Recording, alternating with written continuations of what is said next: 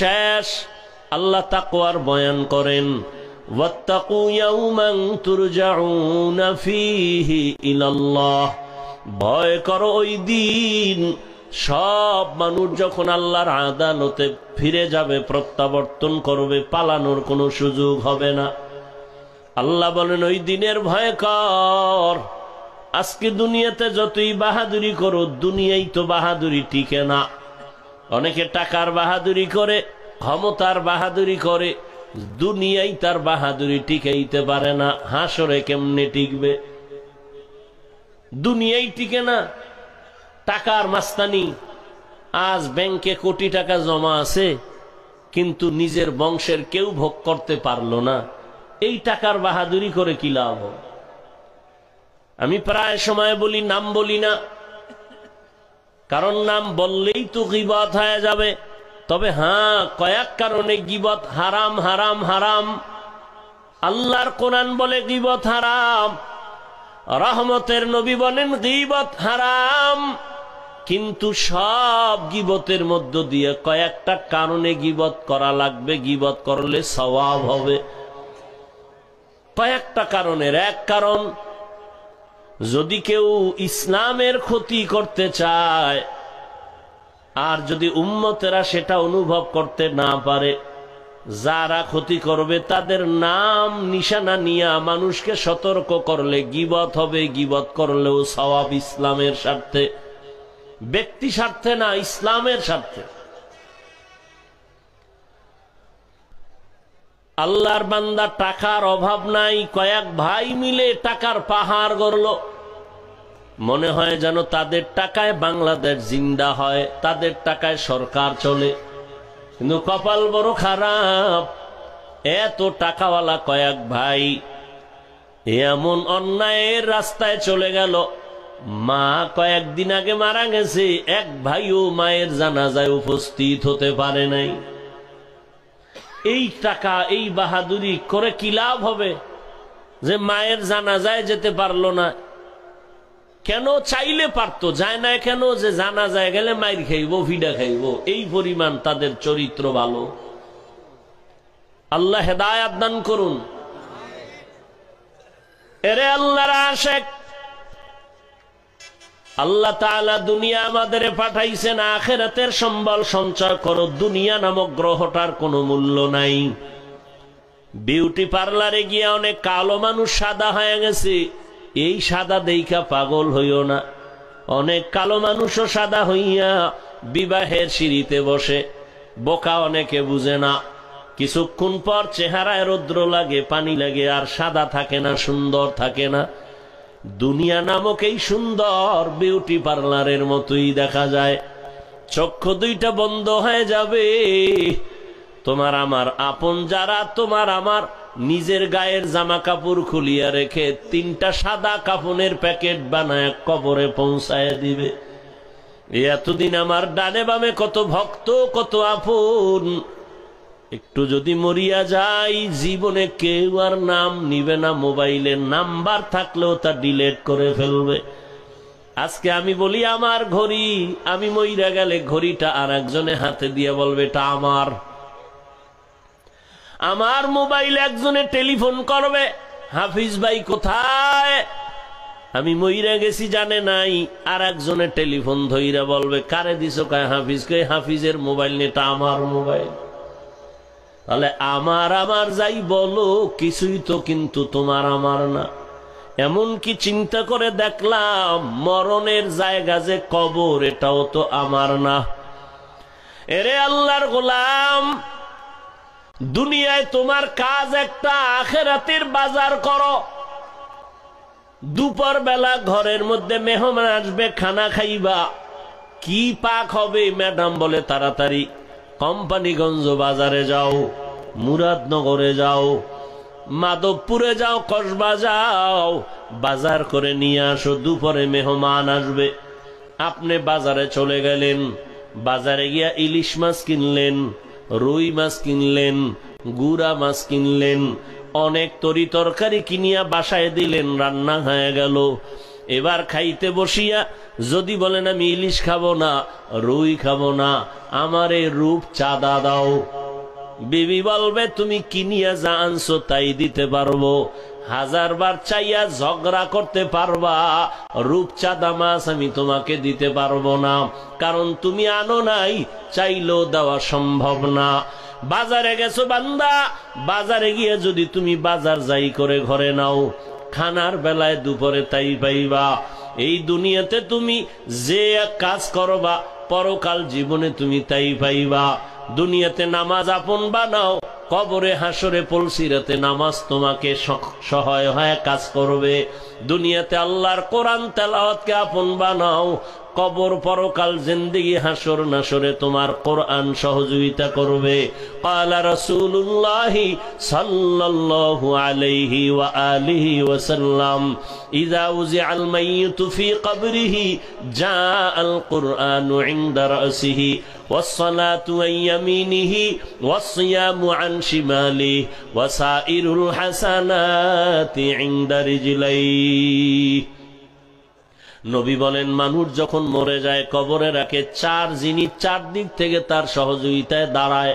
মাথার কিনারায় দাঁড়ায় কোরআন, ডান পার্শ্বে নামাজ, বাম পার্শ্বে থাকে তার সহযোগিতার জন্য রোজা, পায়ের কিনারায় থাকবে নেক আমল। ফেরেশতা আসবে প্রশ্ন করার জন্য, নিষেধ করা হবে আসবা না। কে নিষেধ করছো? বলে আমি এই বান্দার প্রিয় বন্ধু কোরআনুল কারীম। ডান পার্শ্বে যাবে আসবা না। কে নিষেধ করছো? বলে আমি তার নামাজ। বাম পার্শ্বে যাবে আসবা না। কে নিষেধ করলা? বলে আমি এই বান্দার বন্ধু রোজা। পায়ের কিনারায় যাবে বলবে আসবা না। কে? বলে যাবতীয় নেক আমল, মেসওয়াকের আমল, দস্তরখানের আমল। আল্লাহর নবী বলেন ওই কবর তখন বান্দার জন্য জান্নাতের বিছানার ব্যবস্থা হয়ে যাবে। ও আল্লাহর বান্দারা, অনেকে তো কবরের আযাব বিশ্বাস করে না, শুধু করেই না, আযাব নাই বলিয়া বহু বয়ান ইউটিউবে ছাড়তেছে পর্ব আকারে। কবরে কোনো আযাব হবে না।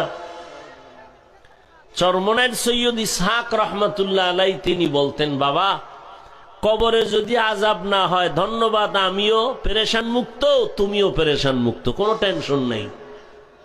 কিন্তু কবরে আযাব হবে তে সন্দেহ নাই, বহু দলিল। হবে না তোমার কথা মেনে নিলাম। যদি কবরে কোনো আযাব না হয়, আমি টুপিওয়ালারও কোনো চিন্তা নাই, তুমি গাঞ্জাখোরেরও কোনো চিন্তা নাই। কিন্তু কবরে গিয়া যদি দেখো নামাজ না পড়ার কারণে আযাব হয়, বলো বাবা সেই দিন তোমার উপায় কি হবে, আমার উপায় কি হবে? আর আযাব হওয়ার তো দলিল প্রমাণ অভাব নাই। রহমতের নবী হাঁটতেছেন, পেছনে সাহাবায়ে কেরাম হাঁটতেছেন। হঠাৎ নবী দাঁড়ায় বলেন, ও সাহাবায়ে কেরাম দাঁড়াও, ওই যে কবর দেখো, কবরের মধ্যে আযাব চলতেছে, তাড়াতাড়ি আমরা একটু দোয়া করে দেই, কবরের আযাব যেন মাফ হয়ে যায়। নবী দোয়া করলেন, এরপরে কবরের আযাব মাফ হয়ে গেল। আমাদের জাতি ভাইদের মধ্যে একদল প্রশ্ন করেই ফেলবে, হাফিজ ভাই ধন্যবাদ আপনাকে, আজকে নবী কবরের আযাব দেখে দোয়া করলেন, তাহলে আপনারা কেন নবীরে গাইবের মালিক মানেন না? নবী যদি গাইব নাই জানে, কবরের আযাব দেখলেন কিভাবে? প্রশ্নকারীরা আছে না, এ নিয়ে কিলাকিলি করবে, তো নামাজ পড়বে না। তুমি নামাজ নাই, রোজা নাই, হালাল হারামের ভেদাভেদ নাই, তোমার এই সমস্ত বিষয় নিয়ে তর্ক করার তো কোনো সুযোগই নাই, অধিকারই নাই। একটা মুসলমানের সব থেকে বড় পরিচয় নামাজ। নবী বলেন, বাইনাল আবদি ওয়া বাইনাল কুফরি তারকুস সালাহ। বেঈমান আর মুমিনের ব্যবধান হলো নামাজ। বেঈমান নামাজ পড়ে না, মুমিনেরা নামাজ ছাড়ে না। আল্লাহ বলেন, বান্দা দুনিয়াতে তোরে পাঠাইলাম, আখিরাতের সম্বল অর্জন কর। তোর দুনিয়াতে চলার জন্য যা প্রয়োজন সব আমি আল্লাহ অগ্রিম আয়োজন করে দিলাম। দুনিয়াতে চলতে তোর পানির প্রয়োজন, আমি আল্লাহ ফ্রি দিয়ে দিলাম, কোনো বিল লাগবে না। দোকান থেকে এক বোতল মাম কিনতে যাও, আধা লিটার 15 টাকা 20 টাকা তোমার টাকা নিতে হবে। আমার আল্লাহর দেওয়া পানি কি পরিমাণ ফ্রি ভোগ করেছো, কয় টাকা বিল দিয়েছো? ও বান্দা, আল্লাহ বলেন দুনিয়াতে চলতে তোমার প্রয়োজন আলো। আমি আল্লাহ সূর্য দিয়া চাঁদ দিয়া ফ্রি ভাবে তোমার আলো সার্ভিস দিয়া দিলাম, কোনো বিল চাই নাই। দুনিয়াতে চলতে তোমার বাতাসের প্রয়োজন, আমি ফ্রি করে দিলাম, কোনো বিল লাগবে না। ও বান্দা, তোমার চলার জন্য রাস্তার প্রয়োজন দিলাম, খানার প্রয়োজন তাও আয়োজন করলাম। আমি আল্লাহ গর্তের পিপিলিকেরও খানা দেই, নদীর মাছেরও খানা আমি দেই, উড়ন্ত পাখির খানা দেই, জঙ্গলের প্রাণীর খানাও আমি দেই। বান্দা, তোর খানা কেন আমি দিব না? বরং সারা দুনিয়ার যত প্রাণীরে খানা দেই, সব থেকে প্রিয় খানা এবং হালাল পিওর খানা তোমার জন্য আমি ব্যবস্থা করেছি। মানুষের খানা এত সুস্বাদু, এত পিওর এবং কাবার করে দিয়েছেন যেন নষ্ট না হয়। তুমি ভাত খাবা, চালের দরকার, কাবার লাগায় দিছেন। তুমি রুটি খাবা, গমের দরকার, কাবার দিয়ে দিছেন। তুমি যে কোনো ফল খাও, কাবার থেকে ছুটায় এরপরে খাও, সবগুলো কাবারে আটকায় দিছেন। তোমার জন্য আল্লাহ সব করলেন। বলো গোলাম, তুমি আল্লাহর জিন্দেগির জন্য, পরকালের জন্য আল্লাহর মহব্বতে কি করেছো? সারা রাত একটা কুকুরের দিকে তাকাইয়া দেখো, মালিকের বাড়ি পাহারা দেয় সারাটা রাত। কোনদিন মালিকের সাথে কুকুর বেয়াদবি করে না। একটু বলবানি রে যুবক বাবা, ওই কুকুর সারা রাত পাহারা দিয়ে বেতন কত পায়? 1 টাকাও বেতন নাই, বরং লাথি আর গালাগালি পায়। আজও পর্যন্ত কোনো প্রমাণ কেউ দিতে পারবা না যে কুকুর মালিকের সাথে বেয়াদবি করেছে। নতুন মেহমান আসছে বাসায়, কুকুর চিনে না, ঘেউ ঘেউ করে আওয়াজ দিছে, মালিক কয় আমার মেহমান থাম। কুকুর ঠান্ডা হয়ে গেল। মালিকের লাথি আর গালি খাইয়াও কুকুর মালিকের সাথে বেয়াদবি করে না। আর তুমি একজন আশরাফুল মখলুক মানুষ, আমার মালিক আমার আল্লাহ, ওই মালিক থেকে তুমি কি পাও নাই? সব তুমি পেয়েছো। আল্লাহর দেয়া পানি তোমার বাবায় দেয় নাই, আল্লাহর দেয়া সূর্যের আলো, চাঁদের আলো, জমিনের ফসল খাও, গাছের ফল খাও, আমার আল্লাহর দেওয়া তোমার বাবা দেয় নাই। রাতের বেলা ঘুমাইয়া যাও, ঘুমের মানুষ তো মরা, ঘুমের সময় তো মরার দোয়াই ভরে মানুষ। আল্লাহুম্মা বিসমিকা আমুতু, ও আল্লাহ তোমার নামে আমি মরতেছি, তোমার নামে মরে যাইতেছি। এমন মরা মরছে, চোর ঢুইকা সব লয়ে গেছে, টের পায় না কি পরিমাণ মরা মরলো। এমন কি মহিলার কানের অলংকার খুইলা নিয়ে গেছে, টের পায় না। আল্লাহ কয়, এই মরাতে তোরে যদি আমি আর না উঠাই, তোর বাবা আর উঠাতে পারবে না। মহামারী করোনার ভেতরে কত প্রাণ আমি নিয়ে গেলাম, করোনার বাতাস কিন্তু তোর গায়েও লাগছে রে যুবক। আমি আল্লাহ তোকে নিয়ে যেতে পারতাম, আমি তোর জীবনটা বোনাস দিয়ে দিলাম, তওবা করে সঠিক পথে চল। মহামারী করোনা আমি আল্লাহ তোরে নেই নাই, তোর আপন কত বন্ধুরে নিয়ে নিলাম। ডেঙ্গুতে তোর কত আপন চলে গেল, আমি তোকে নেই নাই। একই গাড়িতে বসে আছো, অ্যাক্সিডেন্ট হয়ে গেছে, 10 জন মরে গেছে, তোরে নেই নাই। এরে বান্দা, ছাত্র জনতার বৈষম্য বিরোধী আন্দোলনে কত তাজা তাজা প্রাণ চলে গেল। আমি আল্লাহ তোরেও নিয়ে যাইতে পারতাম, আমি তোরে নেই নাই। কয়দিন আর বাহাদুরি করবি? আমার দেওয়া নিয়ামত দিলাম সব তোমার জন্য। ও বান্দা, আখিরাতের সম্বল সঞ্চয় করে নাও। হায়াতটা শেষ হয়ে গেলে আর তোমার ডানে বামে কাউকে পাইবা না। ও আল্লাহর গোলাম, আল্লাহ পাক এ কথা তোমাকে বলে না যে তুমি ব্যবসা ছাড়ো, চাকরি ছাড়ো, তুমি 24 ঘন্টা আল্লাহর হুকুম মতো জিকির করো। আল্লাহ আইন করেন নাই, বরং আল্লাহ কত দয়াময়। 24 ঘন্টার প্যাকেট বানায় আমি রাত আর দিনকে মানুষের দিয়ে দিলাম, এর বাইরে কেউ চলার উপায় নাই। তবে এই 24টা ঘন্টার থেকে 22 ঘন্টা সময় তোমার ব্যক্তি কাজে দিয়ে দিলাম, যাও এই 24 ঘন্টার 22 ঘন্টা তুমি ব্যবসা করো, চাকরি করো, লেখাপড়া করো, পার্সোনাল কাজে ব্যয় করো। থাকলো কয় ঘন্টা? মাত্র 2 ঘন্টা সময়। এটা তুমি আল্লাহর মোহাব্বতে আখেরাতের, তোমার কল্যাণে আখেরাতের জন্য তুমি রিজার্ভ করে দাও। তাও একত্রে না। যদি বলতাম একটানা 2 ঘন্টা তেলাওয়াত করতে হবে, বান্দা তোর কষ্ট হতো। আমি যদি বলতাম 2 ঘন্টা একসাথে নামাজে দাঁড়াতে হবে, তোমার কষ্ট হতো। আমি আল্লাহ 22 ঘন্টা তো আলাদা দিয়েই দিলাম, বাকি যে 2 ঘন্টা এটা আমার জন্য না, তোমার কল্যাণে আখেরাতের অ্যাকাউন্টে জমা রাখবা। তাও একত্রে না, ভাগ করে দিছি, যাতে তোমার ব্যবসার ক্ষতি না হয়, চাকরির ক্ষতি না হয়, লেখাপড়ার ক্ষতি না হয়। বলে তা কেমনে? ফজরের 4 রাকাত নামাজে 20 মিনিট দাও, এরপরে তুমি আবার দোকানে চলে যাও, দীর্ঘ টাইম দোকানদারি আর অফিস করে আবার জোহরের 10 রাকাত নামাজে তুমি আবার 20 মিনিট দিয়ে আবার দোকানে যাও, অফিসে যাও। তোমার ব্যক্তিকার শেষ, আবার এক ফাঁকে আইসা 20 মিনিট দিয়ে আসরের 4 রাকাত নামাজ পড়ে আবার দোকানে যাও। আবার মাগরিবের 5 রাকাত নামাজে 20 মিনিট দিয়া চলে যাও দোকানে, অফিসে, ব্যক্তিগত কাজে। আবার কিছুক্ষণ পরে 9 রাকাত নামাজে সার সময় 20 মিনিট সময় দিয়া বাসায় যাও।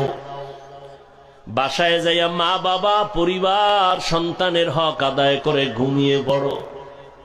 আবার ঘুম থেকে উঠা 4 রাকাত নামাজে 20 মিনিট সময় দাও। তাহলে 20 মিনিট কইরা সময় দিয়ে তোমার যেন চাকরিরও ক্ষতি না হয়, ব্যবসার ক্ষতি না হয়, লেখাপড়ার ক্ষতি না হয়। এইভাবে আমি আল্লাহ তোরে দয়া কইরা ভাগ করে দিলাম। তোর ব্যবসারও বন্ধ করতে বলি নাই, চাকরিরও ক্ষতি করি নাই।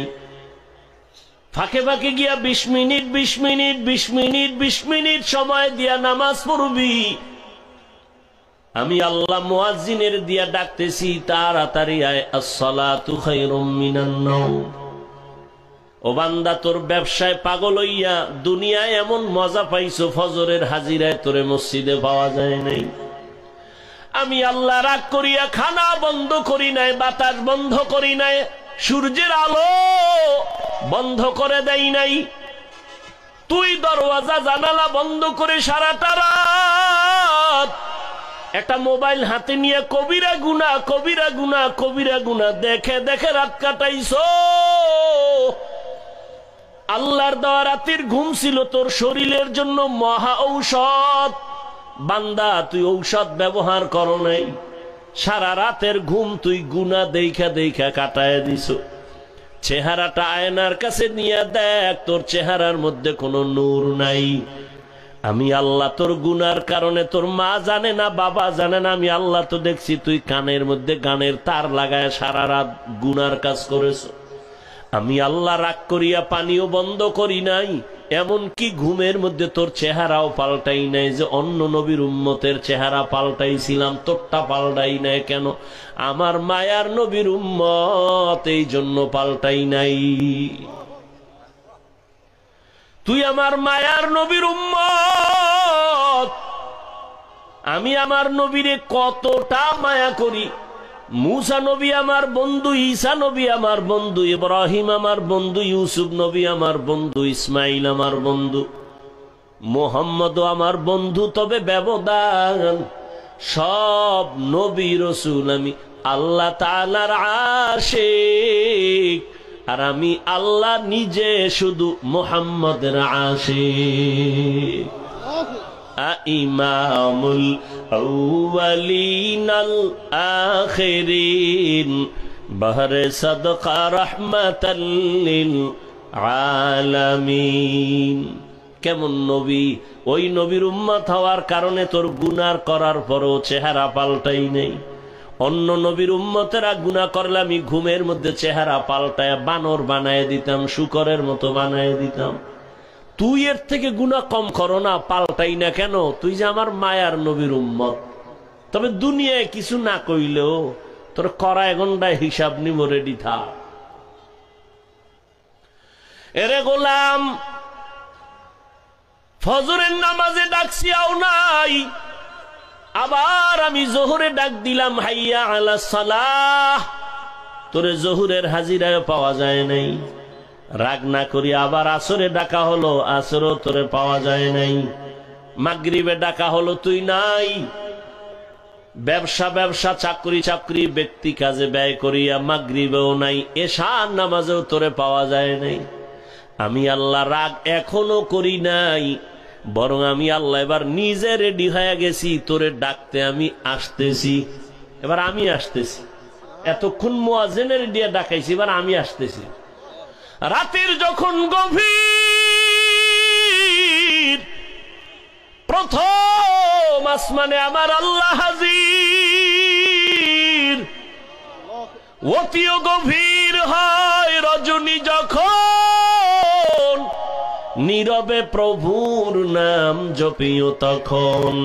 প্রভুর করুণা যদি পাইবারে চাও, গভীর রাতে উঠে প্রভুর গুণগান গাও। জোহরে পাই না, আসরে পাইলাম না, ফজরে পেলাম না, মাগরিবে পেলাম না, এশায় পেলাম না।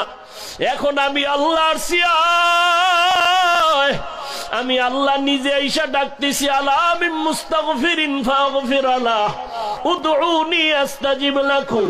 বান্দা তুই আর কত ঘুমাবি? নীরব টাইমে তোর একটু ডাকতে আসছি, উঠা আমারে আল্লাহ বইলে একবার ডাক দে। নদীর মাছও ঘুমায়, পাখিরাও ঘুমায়, জঙ্গলের প্রাণী ঘুমায়। আমি আল্লাহ ফাঁকে আইসা ডাকি, বান্দা একবার আমি আল্লাহরে ডাক দাও। একটা বাসায় যাইয়া রাত্র 12টায় দরজা ধাক্কাবি, কেউ খুলবে না, মোবাইলে রিং দিবি, রিসিভ হবে না। মাও ঘুমায়, বাবাও ঘুমায়, খুব খেয়াল করিও। সব ঘুম, মনে হয় মরে গেছে।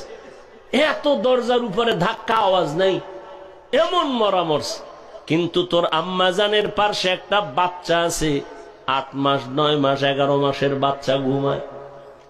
দেখ, ঘরের দরজাগুলো এত জোরে জোরে আঘাত করে, মা টের পায় না। মোবাইলে রিসিভ হয় না, রিং হইতেছে, বাহির থেকে রিংটোন আমি শুনতেছি, কিন্তু আমার ঘরের মা শুনে না, ম্যাডাম শুনে না। কিন্তু আম্মাজানের পাশে বাচ্চাটা হালকা করে একটু আওয়াজ দিছে, মা সজাগ হয়ে গেছে। ও বান্দা, নজর কর, আমি আল্লাহ তোরে কত আদর করে বানাইছি। আমি আল্লাহ তোরে ভোর রাত্রে, এমন একটা রাত্র নাই যে আমি আইসা তোরে ডাকি না। তোর কি প্রয়োজন বল, তোর টাকা নাই বল, তোর গুনাহ করছো আমার কাছে বল, ভোর রাতে আমি আল্লাহরে ডাক দে।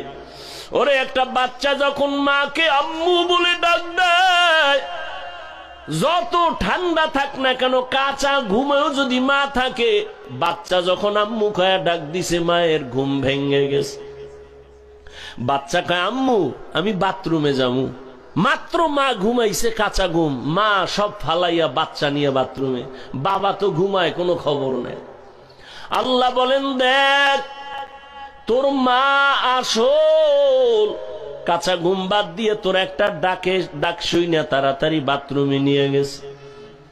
আইসা মা শুইছে, আবার আর একটা বাচ্চা ডাক দিছে, আমার গরম লাগে কাঁথা দাও, ঠান্ডা লাগে কাঁথা দাও, লেপ কম্বল দাও। মা আবার ওই বাচ্চার আবদার পূরণ করে। ওই মায়ের থেকে তো 99 গুণ মায়া আমি আল্লাহর বেশি।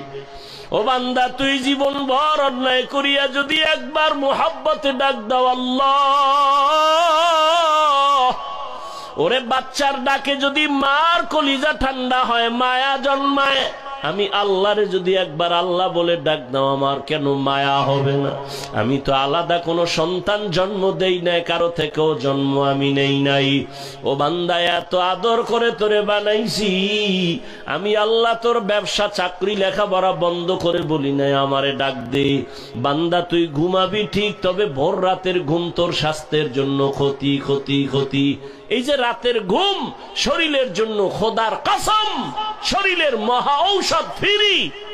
তবে চিকিৎসা বিজ্ঞানীরা লিখেছে গুগলে আকাম করো কা মোবাইলে, ভালো করার তো মোবাইলে বহুত অপশন আছে, নাই?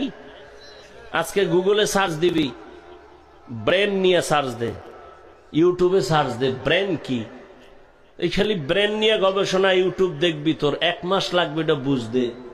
এবার কাগজ কলমে লিখবি ব্রেনের কতটা অপশন আছে ভেতরে, এগুলো কিভাবে কিভাবে তৈরি। চিকিৎসা বিজ্ঞানীরা সবগুলো ডিটেলস গুলো ভিডিও আকারে দিয়ে দিছে। আকাম দেখো কেন? এগুলো দেখে জ্ঞান বাড়াইতে পারো না?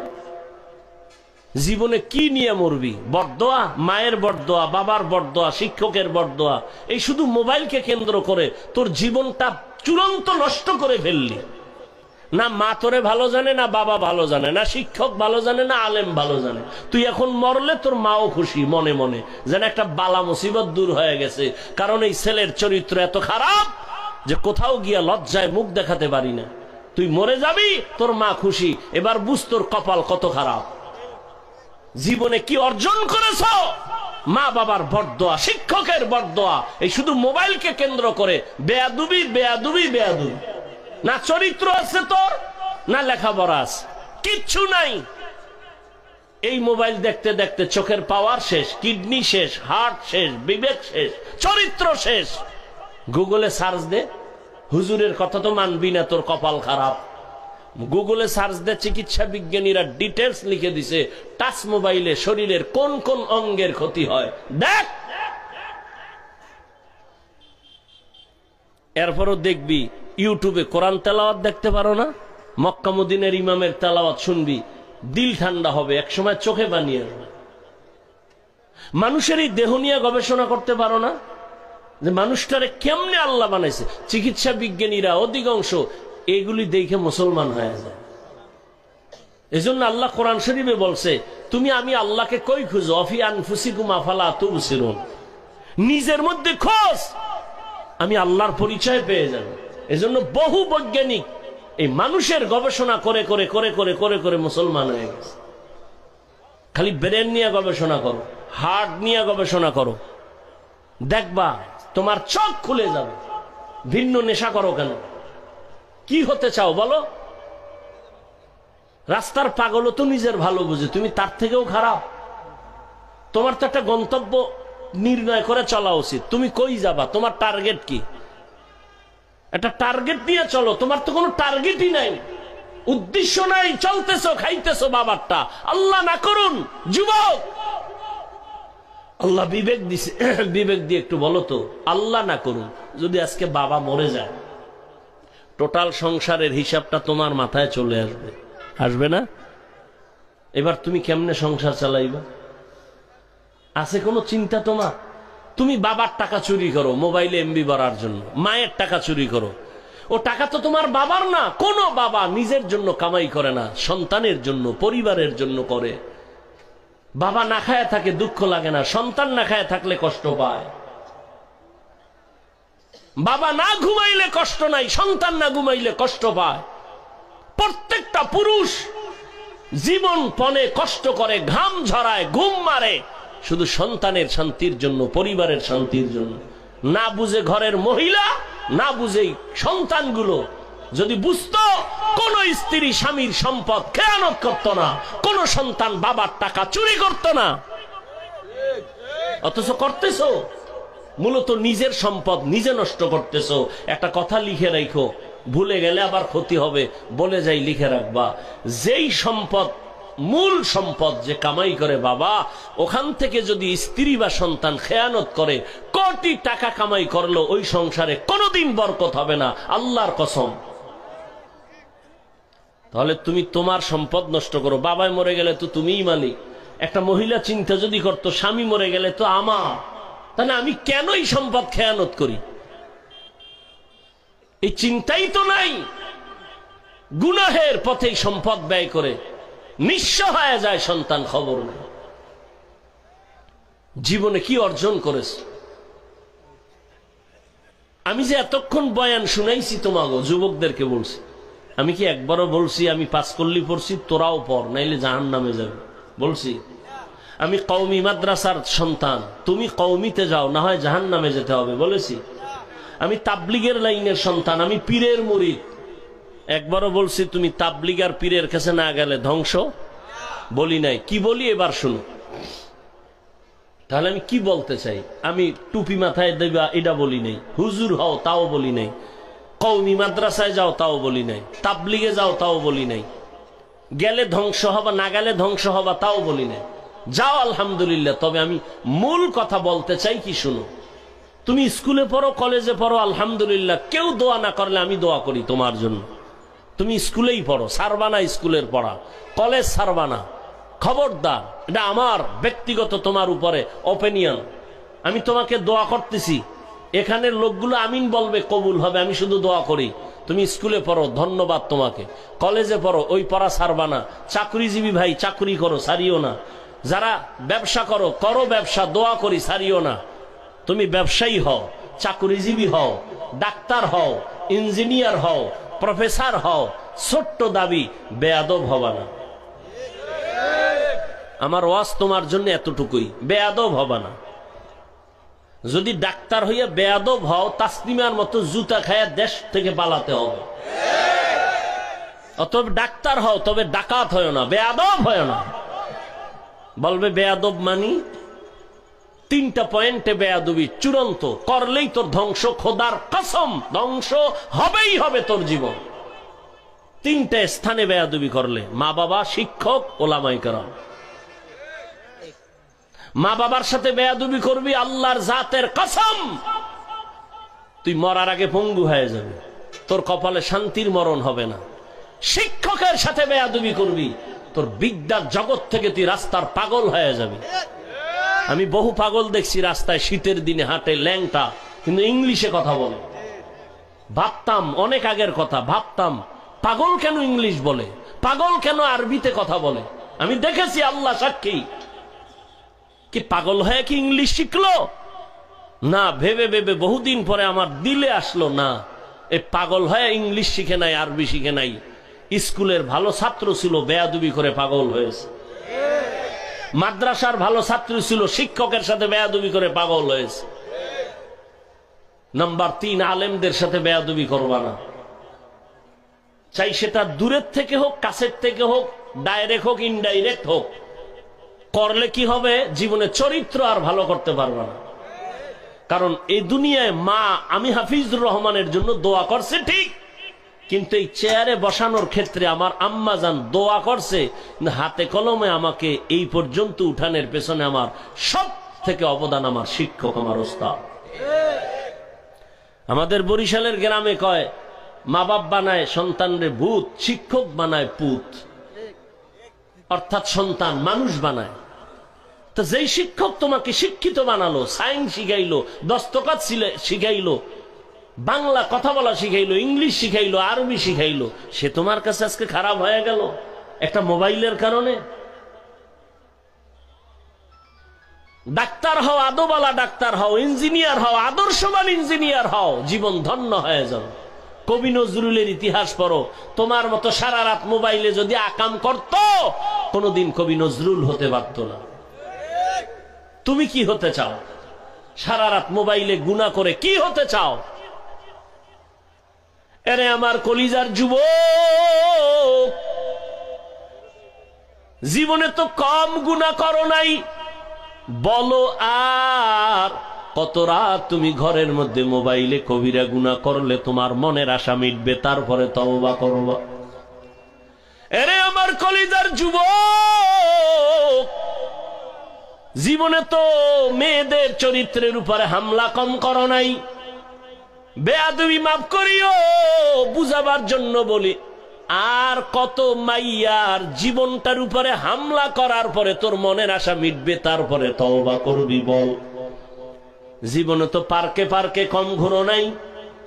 আর কত শতবার পার্কে গেলে তোর মনের আশা মিটবে, তারপরে তওবা করবি বল। আজকে পায়ে ধইরা ধইরা বয়ান করি যুবক, যদি এই বয়ানটা 12 মাস না 6 মাস যদি হিন্দুদের মন্দিরে যায় করতাম, ওরা সব মদিনার আশেক হয়ে যাইত। অথচ তুই মুসলমান, এত বড় মহামারী গেল, এরপরেও তওবা করো না রে বাবা। অথচ এবার বাস্তবে আসো, দেখো তো তোমার মতো যুবক জীবনে মাদ্রাসায় পড়ে নাই, আলিফ বাতাও শিখে নাই। বলো তোমার মতো যুবক স্কুলে পড়ে, কলেজে পড়ে, জেনারেল লাইনে থাকিয়াও 5 বেলার নামাজ পড়ে, সত্য কথার সাক্ষী দেওয়া আসেনি? বাস তোমার ওয়াজ শেষ। তুমি এবার একা একা খালি সব সময় চিন্তা করবা আমার কপালে কার অভিশাপ লাগছে। তোমার লাইনের যুবকটা যদি স্কুলে পড়ে নামাজ পড়ে, তুমি কেন পারো না? তোমার কপাল কেন খারাপ? তোমার মতো যুবক রাস্তায় গাড়ি চালায়, নামাজ ছাড়ে না, বলো তুমি কেন পারো না? তোমার কপালে কার অভিশাপ লাগছে একটু ভাবো রে বাবা। তোমার মতো যুবক র্যাব, আর্মি, পুলিশ, বিডিআর এর চাকরি করে, নামাজ ছাড়ে না, বলো তুমি কেন পারো না? তোমার মতো সন্তান ওসি, ডিসি, এসপি, উকিল, ব্যারিস্টার, ডাক্তার, প্রফেসর, ইঞ্জিনিয়ার, নামাজ পড়ে, দাড়িওয়ালা, ঢাকা বিশ্ববিদ্যালয়ে যাও, জাহাঙ্গীরনগরে যাও, এরকম আরো কলেজে ঘুরো, দেখবা স্কুলে পড়ে কলেজের ছাত্র, বিশ্ববিদ্যালয়ের ছাত্র, মাথায় পাগড়ি লাগানো, লম্বা জামা, লম্বা দাড়ি। কিও তুমি কোন মসজিদের খতিব? বলে না কোন মসজিদে যাব কেমনে, আমি আরবি তো ভালো পারি না। তাহলে এই হালাত কেন? তুমি কোথায় পড়ো? বলে আমি জাহাঙ্গীরনগরে পড়ি, ঢাকা কলেজে পড়ি। তোমার রং কেন এমন? বলে আল্লাহর খাঁটি আলেম যারা, তাদের নেক নজর লাগছে। মা বাবার দোয়া পাইছি, শিক্ষকের দোয়া পেয়েছি। সেদিন একটা সন্তান কলেজে পড়ে বা মাদ্রাসায় গিয়া আমার মতো জামা পরা দোয়া চাইতেছে, হুজুর দোয়া নিতে আসছি। কি কোন মাদ্রাসায় পড়ো? কয় না মাদ্রাসায় পড়ি না, কলেজে পড়ি। কলেজে পড়ি হালাত কেন? আমি নিয়ত করছি আর পড়মু না, মাদ্রাসায় যাব। কোন ক্লাসে পড়ো? কয় আমি 9 শেষ করে ফেলেছি, আমি 8, 9 শেষ করেছি, এখন বাদ দিয়ে দিতে চাই। আমি বললাম কার পরামর্শ? কয় আপনার। আমি কি মাত্র আসলি আমার সামনে, তুই আমার পরামর্শ নিছস? কয় না নেই নাই। তো নিবিনি, মানবিনি? বলে হ্যাঁ। আমি বললাম কলেজ আর সারা যাবে না, ওয়াদা কর কলেজে থাইকা ডাক্তার হবি। তোর মতো ধর্মীয় লাইনের আল্লাহর মোহাব্বত আলা ডাক্তার দরকার, ইঞ্জিনিয়ার দরকার, এমপি দরকার, এসপি দরকার। কারণ আমার দেশের সব এসপি, ডিসি, ওসি যদি 5 ওয়াক্ত নামাজি হইতো, আমার এই সমাজে কোরআনের বয়ান করতে কোনো বেনামাজি সুদখোরের অনুমতি নেওয়া লাগতো না।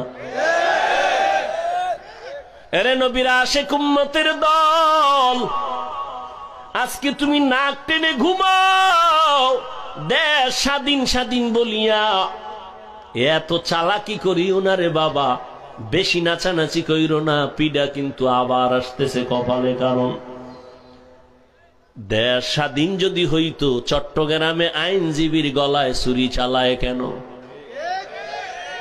এই নিমক হারাম, ধান্দাবাজার, চান্দাবাজের গোষ্ঠী স্বাধীন স্বাধীন বলে স্লোগান দাও। কিসের স্বাধীন? মুসলমান স্বাধীন বলবে ওই দিন যেদিন ইসলামের স্বাধীন হবে। স্বাধীন বলে নাক টেনে ঘুমাবি স্বাধীন। এদেশের মাদ্রাসা মসজিদের কমিটিতে কোনো বেনামাজি থাকবে না যেদিন। কিসের স্বাধীন বলো? শিয়ালের হাতে মুরগি দিয়া আমানত নিছো 3 দিনের। শিয়াল কোনদিন মুরগি দিবে? শিয়ালের হাতে মুরগি আমানত রাখা যেমন বোকামি, ধর্মের চাবি সুদখোর বেনামাজির হাতে দেওয়া তেমন বোকামি। দিছে কারা? জিব্রাইল। এই সুদখোর বেনামাজির হাতে ধর্মের চাবি দিছে কে? জিব্রাইল। কে দিয়েছে? আমরা কইতে লজ্জা লাগে, ভোটের আগের রাত্রে পচা পায়খানা খাইছো টাকার নামে, লজ্জা লাগে নাই? বাথরুমে গিয়ে 10 গ্রাম তাজা পায়খানা খাইতা, হালাল সাবান দিয়ে কুলি করতা, গন্ধ শেষ। কিন্তু প্রার্থীর থেকে যে টাকা খাইছো, ও জাহান্নামের আগুন দিয়ে কুলি করা লাগবে না, গন্ধ যাবে না। স্বাধীন স্বাধীন বলো না, কিসের স্বাধীন? আমি চরমনাইয়ের মাঠে বলেছি, কাফনের কাপড় রেডি রাখ, আবার আন্দোলন করতে হবে। মুসলমানের আন্দোলন একবার না, জালেমের বিরুদ্ধে আন্দোলন করতে হবে বারবার। কোন জালেমকে ছাড় দেওয়া হবে না। ওলামায়ে কেরাম ক্ষমতা চায় না, এ জাতির মুক্তি চায়। তোমরা ক্ষমতায় থাকো, কিন্তু জুলুম করলে আবার আন্দোলন হবে। ওলামায়ে কেরামের মতো তোমার আপন বন্ধু কেউ নাই, সব চান্দাবাজ আর ধান্দাবাজ।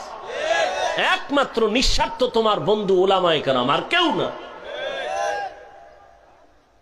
ছাত্র জনতার বৈষম্য বিরোধী আন্দোলনের সফলতার চাঁদ উঠছে ওই সময় যখন আলেম ওলামা মাঠে নামছে ছাত্র নিয়ে। এর আগে সফলতার চাঁদ উঠে নাই। কিন্তু এত সুন্দর বিজয় হওয়ার পরে কোন আলেম বলছে আমাকে ক্ষমতায় নাও? কেউ উপদেষ্টা জানার দরকার নাই, জুলুম করলে খবর আছে, আবার আন্দোলন হবে। আল্লাহ হেদায়াত দান করুন। চান্দাবাজি ধান্দাবাজি করবে আর বলবে ইসলামে রাজনীতি নেই। রাজনীতি নাই এরকম কোন ইসলাম দুনিয়ায় নেই। তুমি ইসলামটারে খাটো করো কেন? ইসলাম কমপ্লিট। পৃথিবীতে তোমার জীবনের প্রত্যেকটা পরতে পরতে ইসলামের দিক নির্দেশনা আছে। তুমি পরিবার কেমনে চালাইবা, নবীর আদর্শ সেখানে নাই। আঙ্গুলের নখগুলো কেমনে কাটবা, চুল কেমনে রাখবা, কেমনে কাটবা, জুতা কেমনে পরবা, সেখানেও নবীর আদর্শ। নবী নিজে রাষ্ট্র চালায় দেখাইলেন, আবু বকর রাষ্ট্র চালাইলেন, ওমর ওসমান আলী রাষ্ট্র চালাইলেন, সুলাইমান নবী গোটা দুনিয়া চালাইছেন। এ ঘটনা কোরআনে নাই? ইউসুফ নবী মিশরের অর্থমন্ত্রী ছিল, কোরআনে নাই? কেন বলো কোরআনে রাজনীতি নাই? হ্যাঁ, তোমার পচা রাজনীতি নেই। মানুষ জবাই করো, বাড়ি ঘরে আগুন জ্বালাও, এগুলো ইসলামে নাই। ইসলামে আছে মালিক যেই প্লেটে খাবে গোলাম ওই একই প্লেটে খাবে। ইসলামে আছে কর্মচারী কাজ করবে, ঘাম ঝরার আগে বেতন দিয়ে দাও। আর চান্দাবাজি ধান্দাবাজির রাজনীতি হলো বেতন পাবি না, আন্দোলন করবি, পুলিশের ভিড়া খাবি, বেতন পরে খাবি। এরে নবীরা আসে করে যুবক। এই জন্য আমি বারবার বলি আমার সমাজের যুবক যদি লাইনে চলে আসো, গোটা দুনিয়াটা লাইনে চলে আসবে। যুবকের পাওয়ার দেখো নাই? 5 তারিখ কথা কয় না? যুবকের পাওয়ার আছে, তবে এই পাওয়ারটা কামিয়াব হবে না যদি উলামায়ে কেরামের নেক নজর না থাকে।